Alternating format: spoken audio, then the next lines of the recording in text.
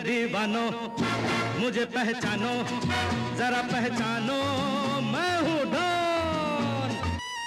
युवा Newton Christian को films बहुत अच्छी लगती थीं, तो जब अहमदाबाद के मिलन टॉकीज में उन्हें असिस्टेंट ऑपरेटर की नौकरी मिली तो वो फूले नहीं समाए। उस टाइम नवे पिक्चर लगते थे, बड़े बड़े कलाकारों का पिक्चर लगते थे, तो क्या हमको तो मुफ्त में दिखने का मिलता था, तो वो पिक्चर देख के हम लोग पूरा एंजॉय करते थे, मतलब एकदम पूरा जीवन का पूरा लुत्फ उठाते थे। मूवी ऑपरेटर की नौकरी करते हुए न्यूटन को कई मौज मस्तियाँ आसानी से मिलने लगी। इनमें से एक थी उनके थिएटर में दिखाई जाने वाली एडल्ट फिल्में। फिल्म चलता है तो फिल्म के सामने तो हमारे बैठना ही पड़ेगा कि भाई सही चलता है कि नहीं चलता है। प्रोजेक्टर ऑपरेट करने का तो ऑपरेट के हिसाब से मेरे को लाइट साउंड सब उसका देखना पड़ता था, इसके लिए उसके सामने तो देखना ही पड़े। और देखने से क्या है कि वो तो बट ने वो है नेचुरल है कि भाई थोड़ा बहुत तो दिमाग पे उसका असर होने वाला ही है। लेकिन एडल्ट फिल्मों को देखने के अलावा अपनी नौकरी के दौरान न्यूटन ने एक और नई आदत पाल ली। ये जो डिस्ट्रीब्यूटर एक्टिविटर जो धंधा करते हैं, मतलब पिक्चर और लाइन में, ये लोग हम लोगों को लाके वो लोग लावे, उनके साथ में अपने को बिठावे, मेरे को अपने सबको हमको बिठावे, एंजॉय करे, मटन चिकन बिकन मंगावे और पार्टी देवे, और पार्टी में अपने शामिल होते थे, हम लोग जाते थे उनके साथ में। और इस तरह धीरे धीरे वो पीने का हमको मौका मिला और हम धीरे धीरे लाइन पे चलने लगे। धीरे धीरे साल गुजरते गए, न्यूटन की शादी हो गई और साथ ही 2 बच्चे भी। लेकिन काम की जिम्मेदारियों और उन ईसाई मूल्यों के बीच लगातार टकराव चलता रहा जो उन्हें सिखाए गए थे। अमुक हमारे पास्टर आगेवानों की मैं सलाह और उनका मार्गदर्शन लेता, तो वो लोग मेरे को ऐसा बताते कि भाई तेरी रोजी रोटी है और तू नौकरी करता है, तू अपनी मर्जी से तो कुछ करता नहीं है।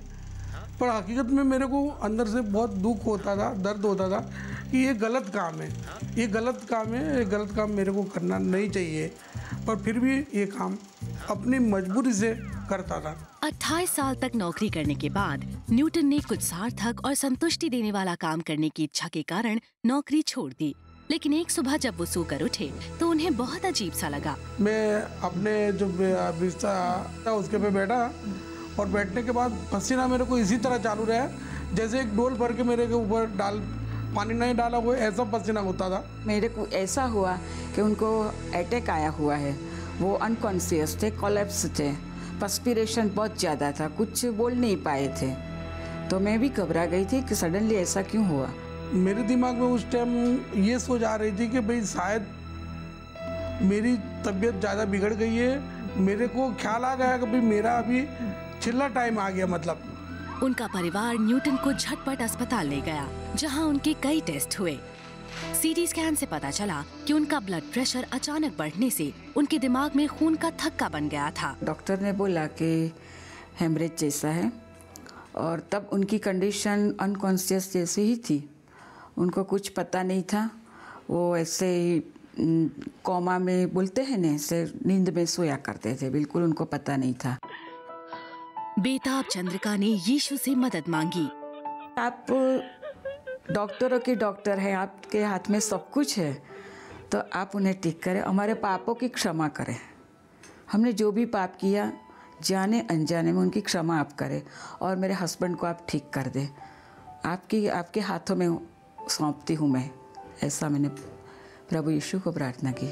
3 दिन के बाद न्यूटन पूरे होश में आ गए और उनका ब्लड प्रेशर भी स्थिर हो गया। लेकिन न्यूटन को शरीर के बाएं हिस्से में लकवा मार चुका था।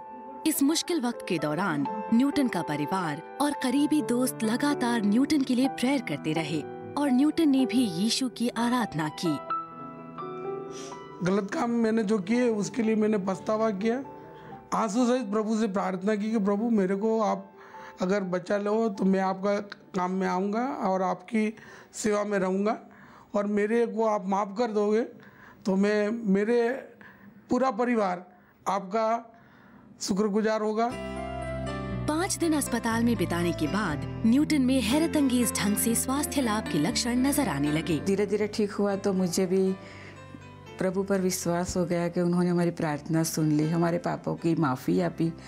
और मुझे अच्छा लगा कि जब डॉक्टर ने बोला को उनको आप घर ले जा सकते हैं, तो मैं बहुत खुश हुई। मेरे को ऐसा था कि भाई मैं चंगा हो गया, कभी घर नहीं देख पाऊँगा, लेकिन जब प्रभु पर मैंने विश्वास किया और प्रभु ने मेरे को अजायब मतलब चमत्कार दिख करके मेरे को जब घर ले जा रहे थे, छुट्टी मिली तो मैं बहुत खुशी हुई और उसी टाइम मैंने प्रभु का स्वीकार किया और प्रभु के नाम का धन्यवाद किया। आज न्यूटन लकवे के असर से पूरी तरह उबर चुके हैं और उनकी खराब आदतें भी छूट गई हैं। अब उन्होंने अपनी जिंदगी का एक नया मकसद बना लिया है। वो यीशु को जानने से मिले आनंद को अपने मित्रों और पड़ोसियों के साथ बांटते हैं। आज का दिन यीशु मसीह मेरी जिंदगी के अंदर मेरे दोस्त, मेरे मित्र, मेरे हर कुछ और उद्धार करता हुए हैं। इसके लिए मैं अपनी तन मन धन से उनकी सेवा में लगा रहूँगा और मेरे परिवार पूरा उनके सेवा में रहेगा।